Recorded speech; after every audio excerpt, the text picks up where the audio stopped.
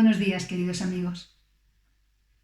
Vamos a volver a analizar un poquito, a meditar, más que nada, acerca del Evangelio del día de hoy, domingo, 33º del tiempo ordinario, y que podemos encontrar en Mateo 23, versículos 1 al 12.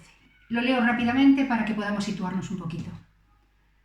En aquel tiempo Jesús habló a la gente y a sus discípulos diciendo: en la cátedra de Moisés se han sentado los escribas y los fariseos. Haced y cumplid lo que os digan, pero no hagáis lo que ellos hacen, porque ellos no hacen lo que dicen. Lían fardos pesados e insoportables y se los cargan a la gente en los hombros, pero ellos no están dispuestos a mover un dedo para empujar. Todo lo que hacen es para que los vea la gente. Alargan las filacterias y ensanchan las orlas del manto. Les gustan los primeros puestos en los banquetes y los asientos de honor en las sinagogas, que les hagan reverencias por la calle y que la gente los llame maestros. Vosotros, en cambio, no os dejéis llamar maestro, porque uno solo es vuestro maestro y todos vosotros sois hermanos. Y no llaméis Padre nuestro a nadie en la tierra, porque uno solo es vuestro Padre, el del cielo. Y no os dejéis llamar consejeros, porque uno solo es vuestro consejero, Cristo. El primero entre vosotros sea vuestro servidor, porque el que se enaltece será humillado, y el que se humilla será enaltecido. Bueno, pues vemos como una vez más Jesús hace referencia a estos grupos sociales religiosos que había, ¿no?, en sus tiempos, que eran los fariseos, y en este caso menciona también a los escribas, pero no se dirige a ellos directamente, sino que alerta a su grupo de discípulos, a sus discípulos y seguidores, sobre la actitud de estos dos grupos, ¿no? Que eran, como sabéis, pues, personas muy consideradas, a quienes se les tenía por fieles cumplidores de la ley, atentos a su pureza y a su interpretación, y además eran los responsables de transmitirla adecuadamente. Haced y cumplid lo que os digan, pero no hagáis lo que ellos dicen, porque ellos no hacen lo que dicen.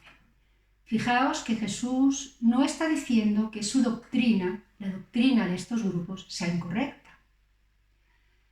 No le parece mal el cumplimiento escrupuloso, minucioso, respetuoso de la ley. No le parece mal el rigor. Lo que denuncia es la hipocresía, es la falta de coherencia. Apoya el respeto profundo a la ley de Dios y el rigor para seguirlo. De hecho, en el capítulo 5 de este mismo Evangelio de Mateo, Jesús se dirige a sus discípulos también para decirles: no creáis que he venido a abolir la ley y los profetas. No he venido a abolir, sino a dar cumplimiento. Y antes pasarán el cielo y la tierra que deje de cumplirse hasta la última letra o tilde de la ley.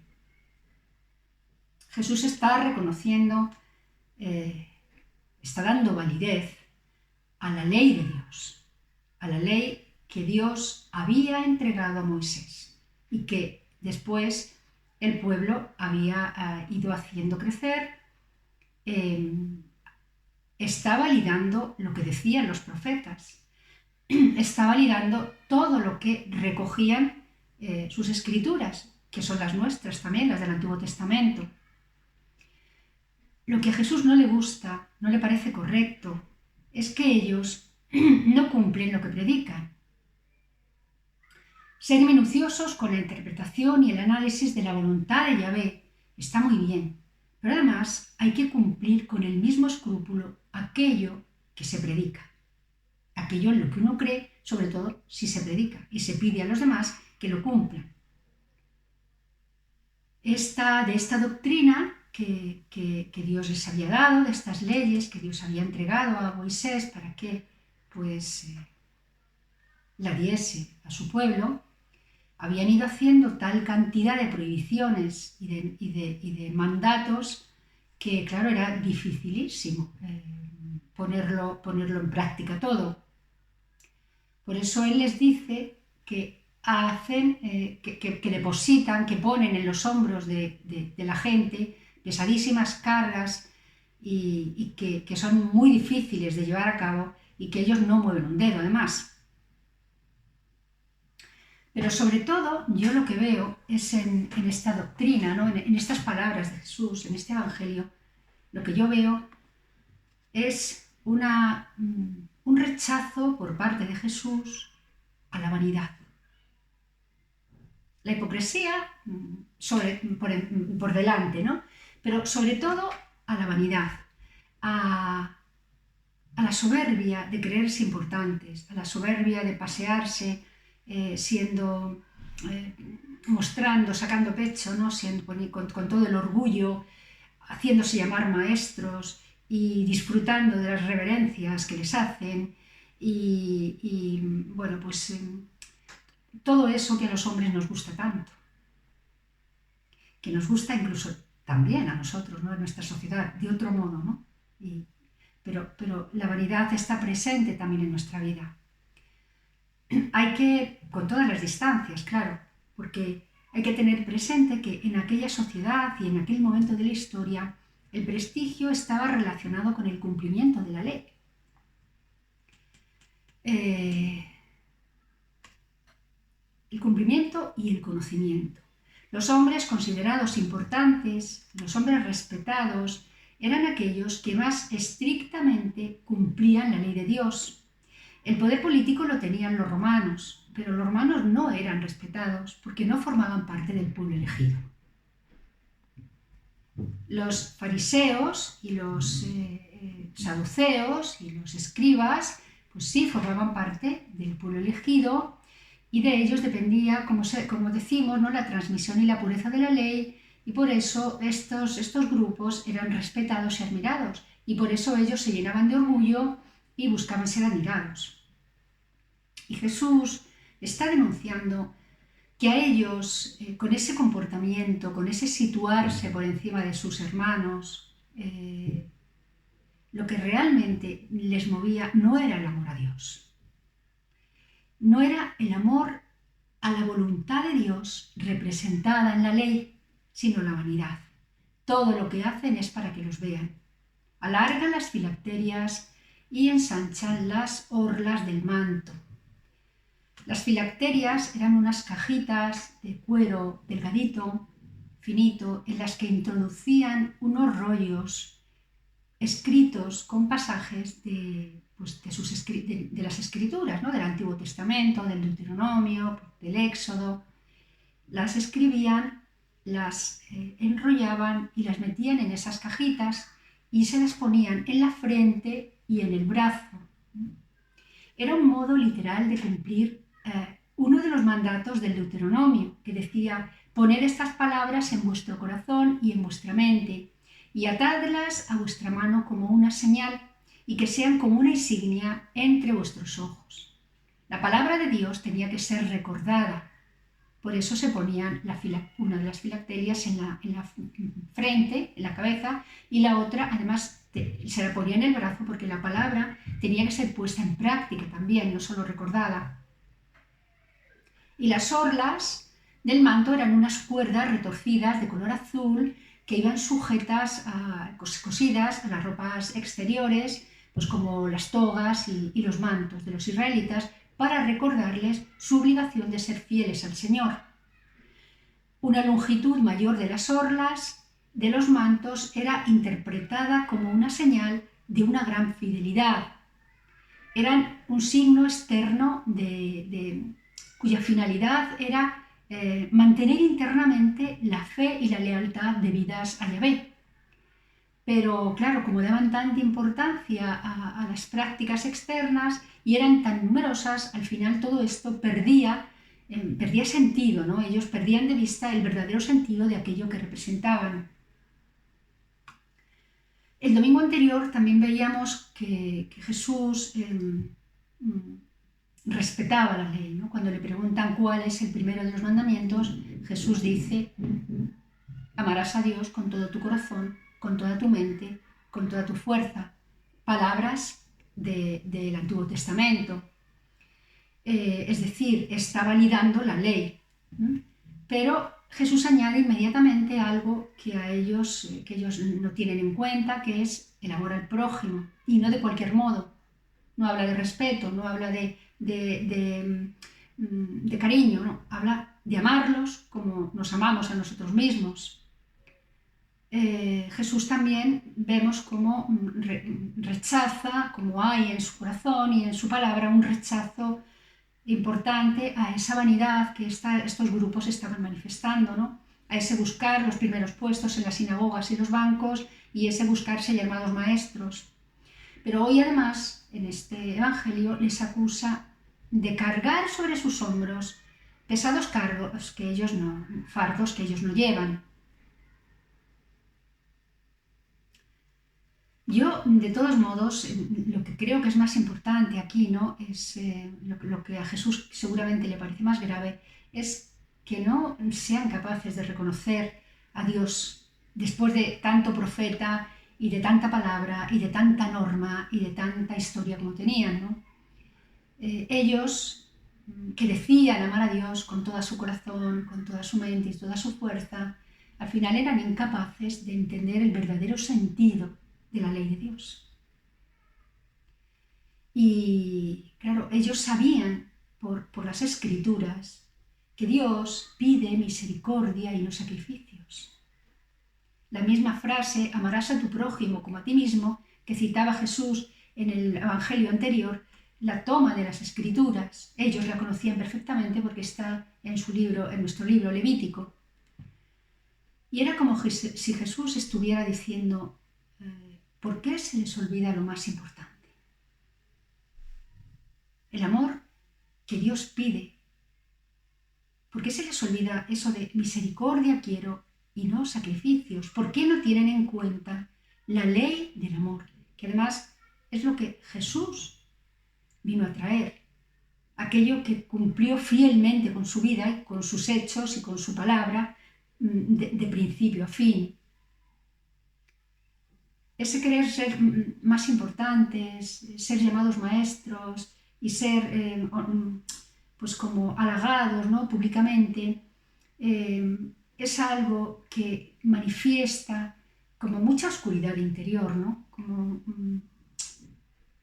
un desconocimiento importante de la ley, pero sobre todo lo que manifiesta es falta de amor. Porque cuando uno ama no se mide con el ser amado, no busca estar por encima. No os dejéis llamar maestro, porque uno solo es vuestro maestro y todos los demás sois hermanos.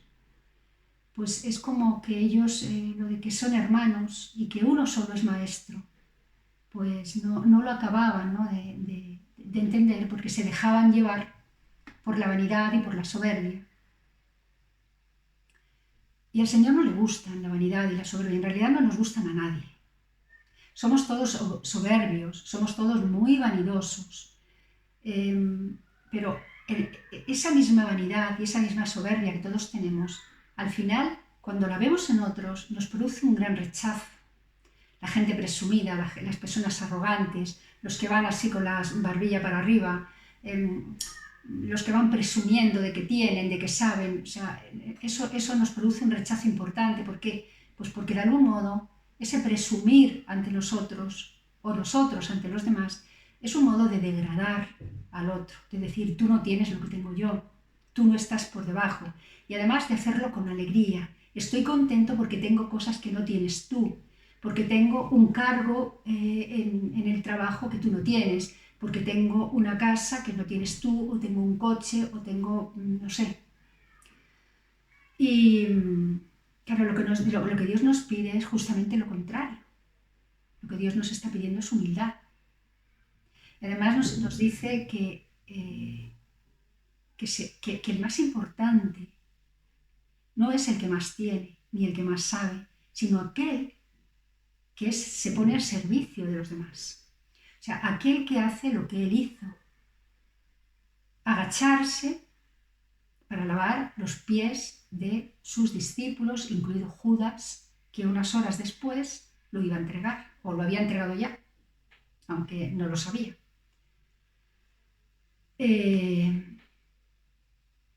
Eso es lo que Jesús nos está pidiendo a nosotros. Fijaos que lo de lavar los pies agacharse, es ponerse por debajo.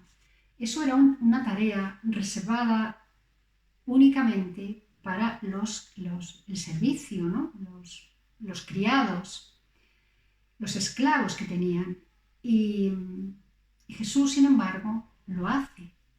Es una manera simbólica de decirnos que, puesto que Él ha hecho eso, nuestro lugar en el mundo está a los pies de nuestros hermanos. Pues nos cuesta la vida entender eso. Y sobre todo nos cuesta llevarlo a cabo, porque aunque lo entendamos, que eso es muy loable y que es muy santo y todo esto, a todos nos encanta presumir, a unos de unas cosas y a otros de otras. Ahora ya no llevamos filacterias ni orlas en el manto, ¿no? Pero seguimos encantados cuando alguien nos dice que bien lo haces, que hay que ver que lo que sea, ¿no? Cuando alguien nos halaga por la razón que sea, nos encanta, ¿no? En nuestra sociedad actual, los hombres considerados importantes pues no llevan mantos ni filacterias, pues que son, por ejemplo, pues banqueros, directores de empresas multinacionales, futbolistas, cantantes, no sé, músicos, actores, personas que salen mucho en la televisión, que están muy presentes en las redes sociales, que son muy conocidos, que todos son maravillosos, guapísimos, felicísimos y sobre todo que tienen mucho dinero y muchas cosas, por tanto, ¿no? Pues eso es lo que nosotros torpemente consideramos importante y necesario para ir por la vida y lo que buscamos generalmente, ¿no? Este deseo de reconocimiento, de estar por encima, de ser más, de tener más, de ser más guapo, más listo y más admirado, eso en realidad pues es algo que tenemos todos en mayor o menor medida, ¿no? Porque, claro, vivimos en un mundo que no nos invita, que no nos enseña que lo importante, aunque lo sepamos, ¿no? Que lo importante es el corazón. Eso no se premia en ningún sitio. Eso no se premia. Lo que se premia es en un trabajo la eficiencia, lo que se premia en una mujer es la belleza, es la imagen, es la clase que pueda tener, es la elegancia, el saber estar. Lo que se premia en un hombre normalmente pues es la capacidad para generar riqueza, en fin, el estatus social, todo esto, ¿no? Y nos dejamos envolver todos por ese mundo, ¿no? Y perdemos de vista lo importante que es lo que Dios nos pide. Y cuando Él nos lo pide es por algo. No es porque nos quiera desgraciados, no es porque nos quiera infelices, es porque nos quiere en la verdad. Nos quiere viviendo en la autenticidad y haciendo crecer aquello para lo que hemos sido puestos en el mundo, que es el amor. Cuando uno ama, como os decía antes, no le apetece para nada que la persona amada esté por debajo de ella o de él. A nadie le gusta que su hijo sepa menos. Todos nos enorgullecemos de que nuestros hijos sean muy guapos, se busquen muy bien la vida, tengan una cultura muy amplia y brillen en el mundo, ¿no? Eso es lo que es el amor. Ponerse por encima es una clara manifestación de falta de amor por el otro, de vanagloria, de creer que yo, porque estoy más arriba, pues valgo más. Es un amor propio mal entendido, mal vivido. Las enseñanzas y el camino de Jesús no tienen nada que ver con esto. No tiene nada que ver con esto porque sabe que aquello para lo que hemos sido creados, pues vuelvo a repetir, es el amor, que lo que se nos pide es amar y que más grandes seremos y más felices seremos cuanto más amemos, no cuanto más tengamos. Jesús reconoce la ley dada por Yahvé a Moisés, pero vive y predica una justicia mayor que la de los escribas, los fariseos y la nuestra. Jesús reconoce la dignidad de cada ser humano, nuestro derecho al amor, nuestra necesidad. Reconoce que necesitamos estar presentes en su vida, en la vida del Padre y en la vida de los otros. Reconoce nuestro derecho a ser respetados, a ser amados, a ser tenidos en cuenta, pero no por ser banqueros, no por ser futbolistas, no por tener mucho dinero, sino por ser hijos de Dios. Esa es nuestra grandeza. Cuando una persona llega a nuestra vida y tú la acoges dando gracias a Dios y dices, gracias Señor por esta persona que hace unos días o unas semanas o unos meses no era nada y que ahora es tan importante en mi vida. Te doy gracias. Estás validando a esa persona, estás reconociendo que es un regalo de Dios. Estás reconociendo que Dios está presente en tu vida, que te ama, que te cuida y que te manifiesta su amor también a través de los otros, también a través de los hijos, a través de los amigos que llegan, a través de compañeros, pues personas que van aumentando, ¿no? tu vida, tu cantidad de amor, podríamos decir. Pues seguir a Jesucristo, amigos, tiene sus exigencias. Implica cumplir los mandamientos y implica el esfuerzo por dejar atrás determinadas situaciones, determinadas tendencias que no son de su agrado. Y no son de su agrado, vuelvo a repetir, no porque nos quieran los desgraciados, sino porque no nos hacen bien. La vanidad, la soberbia, pues son dos de ellas. Y de esas tenemos todos mucho que ver. Yo creo que es importante que nos paremos en esto, ¿no? Que seamos conscientes de lo que Dios nos pide, lo que realmente cuenta en la vida, lo que realmente tiene valor, lo que nos va a servir para crecer humanamente, para crecer espiritualmente y lo que nos va a ayudar después a verle a él cara a cara. Soy consciente de que a veces no es fácil dejarlo todo atrás. O sea, lo que preguntó el joven rico, Señor, ¿qué he de hacer para ganar la vida eterna? Porque reconoció en Jesús que tenía palabras de vida eterna. Reconoció autenticidad en él, en su doctrina, y se acercó. Pero tenía mucho dinero. Y el Señor le dijo, ya sabes qué es lo que tienes que hacer para ganar la vida eterna. Está en la ley. Volvemos a la ley. No matarás, no cometerás adulterio, no sé qué, no sé cuándo, honrarás a tus padres. Dice, Señor, era un buen chico. Todo eso lo vengo cumpliendo desde que soy un niño. Y entonces Jesús, apretando un poco más, le dijo, si quieres ser perfecto y tener un tesoro en el cielo, te falta una cosa. Vender todo lo que tienes y repartirlo entre los que no tienen nada. Entonces sí que tendrás un tesoro en el cielo y habrás alcanzado la santidad y la perfección. Y dice el Evangelio que aquel joven se fue muy triste, porque tenía mucho. Nosotros también tenemos mucho de todo, ¿no?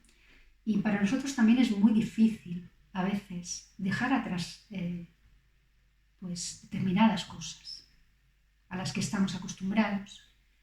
Nos encanta, como os comentaba hace un momento, pues ser tenidos en cuenta, ser considerados inteligentes, guapos, válidos, no sé qué, no sé cuánta, y estar pues en un buen barrio mejor que en uno malo, y tener un buen coche mejor que uno normal, y tener una casa grande y bonita mejor que vivir en un piso de alquiler. Todo esto nos encanta.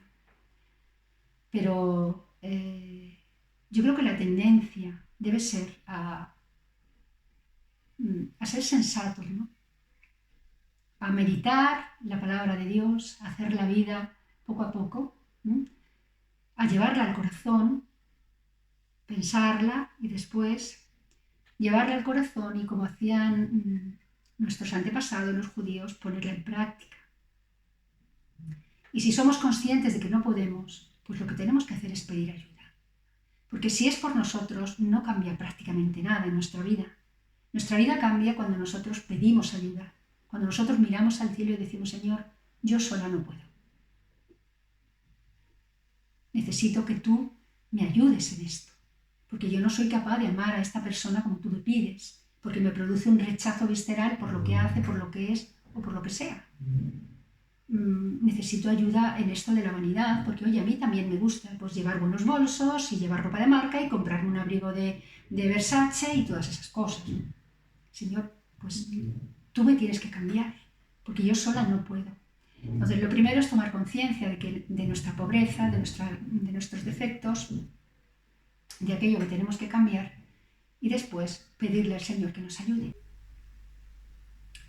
Pues yo lo dejo aquí, queridos amigos. Yo creo que con esto es suficiente para que caigamos en la cuenta todos, para compartir con vosotros esto que para mí también es un peso, esto que para mí también es una dificultad, el orgullo y la vanidad y todo esto, ¿no? Esta dificultad para vivir en plenitud lo que Dios nos pide, este ser consciente de que el mundo tira y tira y tira de ti, que tú reconoces que es lo importante, pero que aún así pues tienes dificultades para vivirlo plenamente, ¿no? Pedimos al Señor que nos ayude porque nuestra felicidad y nuestra paz interior dependen de ello. No dependen de la ropa de marca, ni del coche de marca, no.